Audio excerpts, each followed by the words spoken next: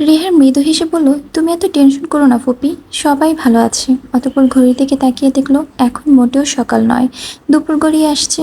জুই উষার উদ্দেশ্যে বলল, সবাই আমাকে নিয়ে কি বলছে রে?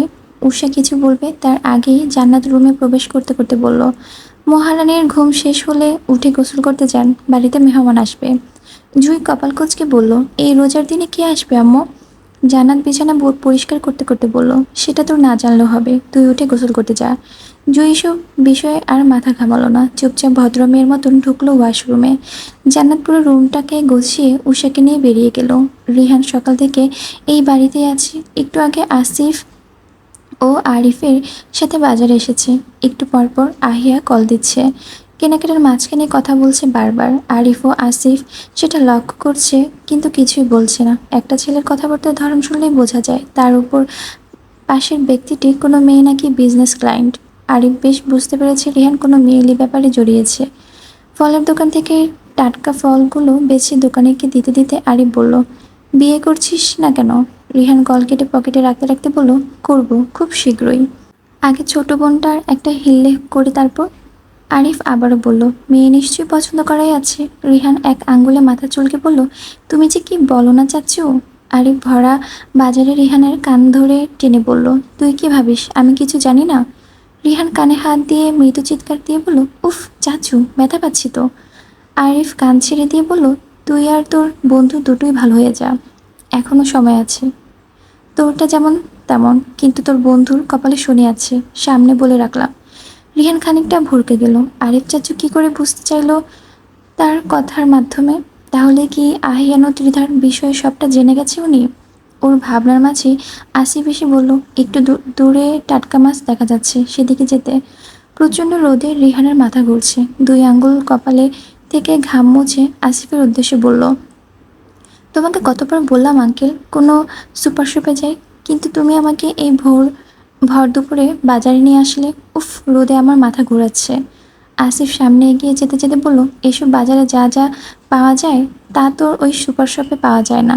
আজকে বেশি বাজার বলে এখানে এসেছি, এবার কথা না বাড়িয়ে সামনে হাঁট। খানবাড়ির ড্রয়িং রুমের সোফায় হেলান দিয়ে চোখ বন্ধ করে বসে আছে আহিয়া। পুরো বাড়ি পরিষ্কারের কাজ চলছে আজকে। এসব ধুলোবালি উড়াউড়ি তার মাথা ব্যথা করছে। মেঘ পদ্মের সাথে আরও একজন মেয়েকে আনিয়েছে 2 দিনের জন্য। এই 2 দিনের পদ্মের সাথে সাথে এই মেয়েটাও পুরো বাড়ি পরিষ্কার কাজকর্ম করবে, যদিও পাশাপাশি মেঘ বন্যা ও রায় সাহায্য করছে। কাজের ফাঁকে মেঘ লক্ষ্য করলো আহিয়া সোফায় চোখ বন্ধ করে বসে আছে, তাই হাতের কাজ রেখে এগিয়ে এলো মেয়ের কাছে। আহিয়া মায়ের কাঁধে মাথা রেখে ক্লান্ত কণ্ঠে বলল, অনেক মাথা ব্যথা করছে মাম্মা। মেঘ চিন্তিত কণ্ঠে বলল, তুই ধুলোর মধ্যে কেন বসে আছিস? নিজের রুমে গিয়ে শুয়ে থাক। আহিয়া চোখ বন্ধ রেখে বলল, নতুন মেয়েটা আমার রুম পরিষ্কার করছে, তাই নিচে এসেছি। মেঘ লক্ষ্য করলো 3য় তলা থেকে সিঁড়ি বেয়ে ত্রিধা নামছে। সেটা দেখে মেঘ একটু জোরে বলল, ত্রিধা, আমার রুমের বেডসাইড ড্রয়ার থেকে মেন্থুলেটাম বামটা নিয়ে আয় তো। ফুপের আদেশ পেয়ে ত্রিধা গেল 2য় তলায় ফুপি রুমের দিকে। এদিকে আহিয়া এতক্ষণ মাম্মার কোলের মাথা রেখেছে। এই অবেলায় এভাবে মায়ের কোলে মাথা রাখতে গিয়ে মালিহা খান এগিয়ে এসে জিজ্ঞেস করলেন, কি হয়েছে আমার নাতনির? এই অবেলায় এভাবে শুয়ে আছে কেন? মেঘ ওনার দিকে তাকিয়ে জবাব দিল, মাথা ব্যথা করছে ওর, মেয়েটার ডাস্টে অ্যালার্জি আছে, তাই ধুলোবালির কাছে আসলেই হাঁচি কাশি ও মাথা ব্যথা শুরু হয়। ইতিমধ্যেই ত্রিধা মলম নিয়ে এসে সামনে দাঁড়িয়ে আছে। মেঘ সেটা নিয়ে মেয়ের মাথায় আলতো করে ম্যাসাজ করে দেওয়া শুরু করলো। আহিয়া একটু আরামবোধ হওয়ায় চোখ বন্ধ করে ঘুমিয়ে গেল। মেয়েটা এমনিতেই মাথা ব্যথা এতক্ষণ কাতরাচ্ছিল, তাই এখন আর মেঘের ইচ্ছে হলো না রুমে গিয়ে ঘুমানোর জন্য ওকে ডাকতে। মেয়ের মাথায় কোলে নিয়ে এসে নিজেও সব কাজ ফেলে চুপচাপ বসে রইল। বাকি সবাই যার যার কাজে চলে গেল। ত্রিধা অল্প সাউন্ডে পাকিস্তানি সিরিয়াল দেখছে, তেরে বিন। এই সিরিয়ালের মুর্তাসিম ও মীরাবের ভালোবাসা দেখতে তার অনেক ভালো লাগে। ওদের দুজনের দুষ্টু মিষ্টি প্রেমালাপ দেখে মেয়েটা মিটিমিটি হাসছে। তখনই ওর পাশে এসে বসলো আহিয়ান। রিমোটটা নিয়ে খেলা দেখা শুরু করলো। আচমকা কাজে ত্রিধা বেশ ভড়কে গেছে। পাশে তাকিয়ে দেখলো আহিয়ান বসে আছে। ওর ভাব দেখলে মনে হচ্ছে আশপাশে আর কেউই নেই, শুধু আহিয়ান একাই টিভি দেখছে। ছেলেটা একদম ডোন্ট কেয়ার মুভে আছে। সেটা দেখে ত্রিধা জোরে চিৎকার দিয়ে মেঘকে ডাকলো, ফুপি। আচমকে চিৎকারে মেঘ ওর দিকে তাকালো। সে এতক্ষণ মূলত বাড়ির বাকি লোকেদের যে কাজ করছে সেগুলো দেখছিল। ত্রিধার চিৎকারে এদিকে তাকালো, দেখলো ত্রিধার থেকে একটু দূরে আহিয়ান বসে আছে। মেঘ কপাল কুঁচকে প্রশ্ন করলো, কি হয়েছে? ত্রিধা কাঁদো কাঁদো মুখ নিয়ে বলল, আমি সিরিয়াল দেখছিলাম, সুন্দর সিনটা চলে যাচ্ছে, তোমার ছেলের কাছ থেকে রিমোট নিয়ে দাও না। বলে ত্রিধা আহিয়ানের হাত থেকে রিমোট কেড়ে নিতে চাইল, কিন্তু আহিয়ান রিমোটটা অন্য হাতে নিয়ে নিল। কিন্তু এতেও তার কোনো ভাবান্তর হলো না। নিশ্চিন্তে টিভিটা খেলার দিকে তাকিয়ে আছে। ত্রিধা আবারও কাঁদো কাঁদো মুখে তাকিয়ে বলল, ফুপি তুমি তো দেখছো আমি আগে এসেছি টিভি দেখতে, তোমার ছেলেকে বলো না রিমোটটা দিতে। তখন একটু দূর থেকে হালিমা খান এগিয়ে এসে বললেন, তোমার ছেলে কিরে, ভাইয়া বলতে পারিস না? এত বড় হয়েছিস, এখনো তোকে এসব শেখাতে হবে? ত্রিধা খানিকটা বিরক্ত ভঙ্গিতে বলল, দাদু তোমার নাতিকে বলো রিমোট দিতে। উফ, সিরিয়ালটা শেষ হয়ে যাচ্ছে। মেয়ে এবার ছেলের উদ্দেশ্যে বলল, আহিয়ান তুই ওর পেছনে কেন লেগেছিস? তোর নিজের রুমেও তো টিভি আছে, রুমে গিয়ে টিভি দেখ। এতক্ষণ পরে মায়ের কথা জবাবে আহিয়ান বলল, ওর রুমেও তো টিভি আছে, তাহলে ও এখানে কি করে? ওকে যেতে বলো। এবার কাজের ফাঁকে বন্যা এগিয়ে আসলো। ত্রিধার দিকে তাকিয়ে বলল, কি সমস্যা তোদের দুইটার? একটা মেয়ে যে ঘুমাচ্ছে তোদের কি চোখে পড়ে না? দুইজনই যার যার রুমে যাবি। ড্রয়িং রুমে টিভি এখন অফ থাকবে। আহিয়া ঘুমাচ্ছে। ত্রিধা রোজা থেকে আর কথা বাড়ালো না। আহিয়ানের দিকে এক নজর তাকিয়ে মুখ ভেঙচি দিয়ে উঠে দাঁড়ালো। দু কদম এগিয়ে সিঁড়ির কাছে যেতেই শুনতে পেল আহিয়ানের কণ্ঠ। আহিয়ান টিভি অফ করে মায়ের উদ্দেশ্যে বলছে, মাম্মা আজকে ফুপির বাড়িতে যাব। আরিফ চাচ্চু কল করেছে, তোমাদের কিছু দেওয়ার থাকলে দিতে দিতে পারো ফুপির জন্য। ওর কথা শুনে মেঘ প্রশ্ন করলো, হঠাৎ আরিফ তোকে যেতে কেন বলেছে? কোনো সমস্যা হয়েছে? আহিয়ান মৃদু হেসে বলল, না মাম্মা, ইফতারের পরে জুইকে দেখতে আসবে, তাছাড়া রিহানও সেখানেই আছে, তাই যেতে বলেছে। আহিয়ানের এমন কথায় ত্রিধার পা থমকে গেল। কয়েকদিন যাবৎ বন্ধু বান্ধবদের সাথে তেমন কোনো কথা হয় না। এর মধ্যেই গতকাল আহিয়ান ভাই ফোনটা ভেঙে দিয়েছে, কিন্তু এই মুহূর্তে জুয়ের সাথে যোগাযোগ করাটা অতি জরুরি। আহিয়ান সকলের সাথে টুকটাক কথা বলে সে শেষ বাজাতে বাজাতে ত্রিধাকে ক্রস করে সিঁড়ি বেয়ে উপরে চলে গেল। ত্রিধা কিছুক্ষণ থমকে দাঁড়িয়ে সে নিজেও গেল উপরের দিকে। নিজের রুমে ঢুকতে গিয়েও মেয়েটা কিছু একটা ভেবে আহিয়ান ভাইয়ের রুমের দিকে পা বাড়ালো। দরজা ভিড়ানো দেখে হালকা খুলে মাথা ঢুকালো ভিতরে। দেখলো আহিয়ান ভাই গলায় তাওয়াল ঝুলিয়ে ওয়াশরুমের দিকে যাচ্ছে। অতঃপর হুড়মুড়ি ভিতরে ঢুকে ছেলেটার পথ আটকে দাঁড়ালো। আকস্মিক কর্মকাণ্ডে আহিয়ান বেশ অবাক হয়েছে। অতঃপর এক ভ্রু উঁচিয়ে প্রশ্ন করলো, হোয়াট হ্যাপেন? ত্রিধা হামতামতা করে বলল, আপনার ফোনটা দিন। আহিয়া কপাল কুঁচে প্রশ্ন করলো, হোয়াই? ত্রিধা বিরক্ত ভঙ্গিতে কোমরে হাত দিয়ে আশেপাশে তাকালো। দেখলো বিছানায় এক কর্নারে ফোনটা পড়ে আছে। অতঃপর ফোনটা হাতে নিয়ে আহিয়ানের সামনে এসে দাঁড়িয়ে বলল, পাসওয়ার্ড বলুন। আহিয়ান এখনো চুপচাপ নির্বিকার ভঙ্গি দাঁড়িয়ে আছে। সেটা দেখে ত্রিধা রানী আবারও বলল, পাসওয়ার্ড। আহিয়ানের কেন জানি মনে হচ্ছে গতকালকেও ওর করা সিনটা ত্রিধা ওর সাথে রিপিট করছে, মানে মেয়েটা আহিয়ানকে কপি করার চেষ্টা করছে। বুঝতে পেরে আহিয়ান বাঁকা কণ্ঠে বলল, যদি না দেই? ত্রিধা কোমরে দুই হাত রেখে দাঁড়ালো। অতঃপর দুই পা আঙ্গুলে ভর করে উঁচু করে আহিয়ানের মুখোমুখি দাঁড়িয়ে বলল, পাসওয়ার্ড না বললে বড় পাপাকে আমি বলে দিব আপনি দ্বিতীয় বিয়ে করার জন্য পাগল হয়ে আছেন। তাছাড়া দ্বিতীয় বউয়ের জন্য শাড়ি চুড়ি ও কসমেটিক কিনেছেন। আহিয়ান দুই ভ্রু বাঁকিয়ে বলল, ও ভালো কথা, কিন্তু ত্রিধা রানী যখন পাপা জিজ্ঞেস করবে আমার প্রথম বউকে, তখন আপনি কি বলবেন? ত্রিধা কোনো ভাবনা চিন্তা ছাড়াই সরাসরি বলল, বলবো যে আমি। বলে মেয়েটা দু হাতে নিজের মুখ চেপে ধরলো। চোখ দুটো বড় বড় হয়ে আছে, মনে হচ্ছে সে মারাত্মক ভুল কথা বলে ফেলেছে। আহিয়ান মিটিমিটি হেসে কোমরে হাত রেখে মেয়েটাকে উঁচু করে নিজের বরাবর করলো। অতঃপর দুষ্ট কণ্ঠে বলল, তাহলে বলে দে, আমি তোকে ফোনের পাসওয়ার্ড দিচ্ছি না। ত্রিধা ভয়ে মৃদু চিৎকার দিয়ে বলল, নামা নামায় পড়ে যাব তো। আহিয়ান ঠোঁটের কোণে দুষ্ট হাসি লুকিয়ে বলল, তোর জামাই এতটাও দুর্বল না যে তোর মতন চিংড়ি মাছকে উঁচু করতে পারবে না। মেয়েটা নাক ফুলিয়ে বলল, আমি চিংড়ি মাছ? আহিয়ান ওর নাকের সাথে নাক ঘষে বলল, দেখলেই ইচ্ছা করে খেয়ে ফেলি। এবার ত্রিধা বেশ লজ্জা পেয়েছে। ইতিমধ্যে গাল দুটো লাল হয়ে গেছে লজ্জায়। নিচের দিকে তাকিয়ে লাজুক কণ্ঠে বলে, নিচে নামান আমায়। আহিয়ান কিছুক্ষণ তাকিয়ে রইল মেয়েটার লাজুক চেহারার দিকে। অতঃপর ওকে নিয়ে বিছানায় বসিয়ে নিজে ফ্লোরে 2 হাঁটু ভাঁজ করে বসলো। ত্রিধার সামনে এইভাবে ওকে বসতে দেখে মেয়েটা বেশ অবাক হয়েছে। ত্রিধাকে কিছু বলতে না দিয়ে ওর 2 হাত নিজের মুঠো বন্দি করে চুমু দিয়ে আহিয়ান বলল, ম্যাডাম, এই অবেলায় আমার রুমে কেন এসেছেন? এতক্ষণ লাজুকতা কাটিয়ে ত্রিধা কিছু মনে পড়ার ভঙ্গিতে তাড়াহুড়ো করে বলল, আপনি তখন ড্রয়িং রুমে কি যেন বলছিলেন? আহিয়ান ভাবুক ভঙ্গিতে বলল, কি? ত্রিধা আবারও বলল, জুইকে আজকে ছেলেপক্ষ দেখতে আসবে। আহিয়ান এবার ভাবলেশীন কণ্ঠে জবাব দিল, তো? ত্রিধা মেহেদির ব্যাপারে প্রথম থেকে বলতে চাইল, অতঃপর কিছু একটা ভেবে কথা ঘুরিয়ে বলল, আমি জুইয়ের সাথে ফোনে কথা বলতে চাই। আপনার ফোনটা দিন প্লিজ। এত সুন্দর করে আবদার শুনে আহিয়ানের স্বামী মনটা নড়ে উঠল। ছেলেটা মৃদু হেসে বলল, আমার ম্যাডাম বললে তো আমার জান হাজির, সেখানে আপনি সামান্য একটা ফোন চাইছেন? ত্রিধা লাজুক হেসে বলল, আপনার দুষ্টুমি বন্ধ করুন, আমি জুইয়ের সাথে কথা বলতে চাই।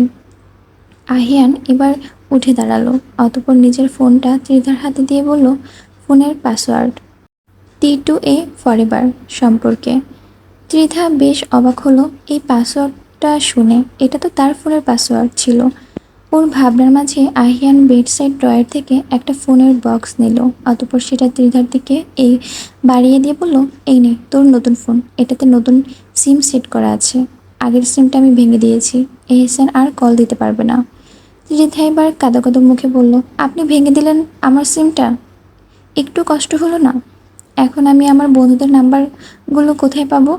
আহিয়ান এগিয়ে এসে ওর কপালে একটা টোকা দিয়ে বলল, তোর নতুন ফোনে প্রয়োজনীয় সকল নাম্বার আমি সেভ করে দিয়েছি। ত্রিধা রানের কাঁদো কাঁদো মুখটা এবার শিথিল হলো। ঠোঁটে মিষ্টি হাসি ঝুলিয়ে বলল, থ্যাংক ইউ আহিয়ান আহিয়ান চোখ ছোট ছোট করে তাকিয়ে বলল, হ্যাঁ হ্যাঁ বল, কি যেন বলছিলি? একবার বলেই তো দেখ, যে ঠোঁট দিয়ে বের হবে সেই ঠোঁটের আজ আমি কি হাল করি। ত্রিধা 2 হাতে নিজের মুখ চেপে ধরল। অতঃপর অস্পষ্ট কণ্ঠে বলল, আর জীবনও ভাই বলবো না। আহিয়ান মনে বলল, মনে থাকবে তো? ত্রিধা ঘন ঘন উপর নিচ মাথা দুলালো যে তার মনে থাকবে। আহিয়ান এবার ঘুরে ওয়াশরুমের দিকে যেতে যেতে বলল, তুই কথা বল, আমি গোসলে যাই।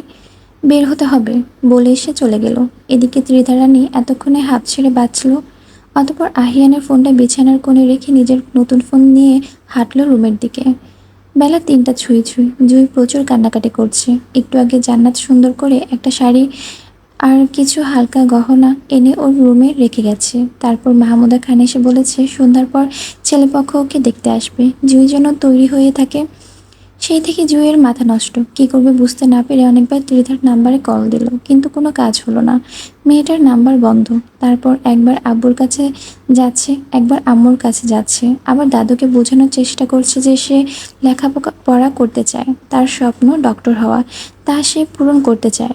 ওর কান্নাকাটি দেখে মিমেসে ওকে বুঝিয়ে গেছে ওর লেখাপড়া নিয়ে ছেলেপক্ষের কোনো সমস্যা নেই। বিয়ের পর জুই লেখাপড়া করতে পারবে, তাছাড়া ছেলে যথেষ্ট ভালো, জুইয়ের জন্য উপযুক্ত, তাই তারা মানা করেনি। কিন্তু জুই কান্নাকাটি করে পুরো বাড়ি মাথায় তুলে ফেলেছে। সে এই মুহূর্তে বিয়ে করতে চায় না। কয়েকবার রিহান ভাইকেও বলতে চেয়েছে, কিন্তু তার সাহস হয়ে ওঠেনি। ভাইয়া নির্বিকার ভঙ্গিতে সোফায় বসে ফোন স্ক্রল করছে। হঠাৎ ফোনটা বেজে উঠতেই মেয়েটা বেশ চমকে গেছে। জুই উদ্ভ্রান্তের মতো ছুটে গেছে ফোনের দিকে। তার কেন জানি মনে হয়েছে মেহেদি কল দিয়েছে, কিন্তু সে তো এখন পর্যন্ত মেহেদির নাম্বার ব্লক থেকে ছুটায়নি। তাছাড়া মেহেদি অন্য যত নাম্বার থেকে কল দিয়েছে সব নাম্বার ব্লক করে ফেলেছে।